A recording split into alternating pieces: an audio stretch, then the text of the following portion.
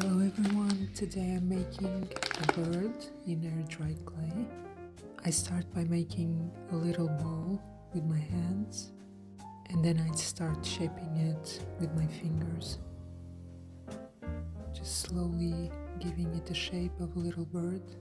It doesn't have to be perfect. I'm going to use 2 acrylic paints on it.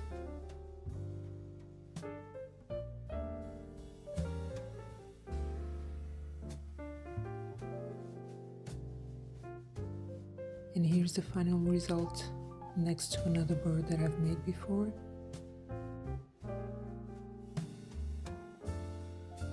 Thank you for watching. I hope you enjoyed the video.